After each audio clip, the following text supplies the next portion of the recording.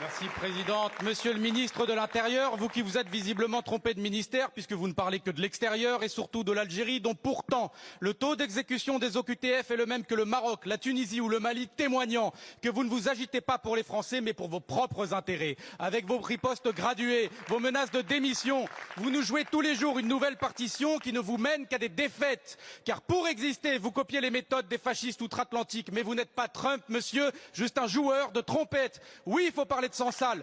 Nous avons tous appelé à sa libération, mais l'escalade des tensions lui nuit gravement et la vérité, c'est que Retailleau est en train de le sacrifier pour gagner son congrès. Vous dites agir pour la France, mais comment peut-on prétendre défendre la France en piétinant ses lois, en piétinant des droits, en piétinant la foi de millions de Français musulmans? Pourquoi M. Retailleau et son gouvernement s'acharnent-ils à vouloir couper le fil de cette histoire délicate tissée entre nos deux peuples, qui ont tant d'enfants en partage? Ces mêmes enfants qui n'ont pas à tourner la page de la colonisation, mais qui ont un besoin de vérité, car les crises s'enchaînent à cause de ces non-dits et de toute cette histoire qu'on a voulu laisser enfouie. D'ailleurs, vous qui dénoncez la cancel culture, alors pourquoi ne pas vous insurger quand un documentaire sur l'usage des armes chimiques en Algérie est déprogrammé de la télé?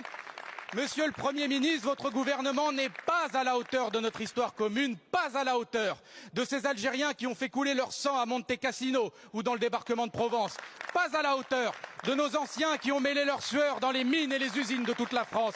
Il n'est nullement question ici de repentance, mais juste d'apporter un peu de respect et de reconnaissance. Et ce n'est pas l'Algérie qui nous agresse, monsieur le Premier ministre, c'est vous qui agressez la France lorsque les vôtres osent parler des belles heures de la colonisation. Car en disant cela, vous insultez Gisèle Halimi, Simone de Beauvoir, Jacques Vergès ou Fernand Yveton et tous ces Français qui ont su, contrairement à vous, s'opposer à l'inhumanité, qui ont milité dans l'ombre et la lumière pour rapprocher ces deux peuples que vous essayez aujourd'hui de séparer.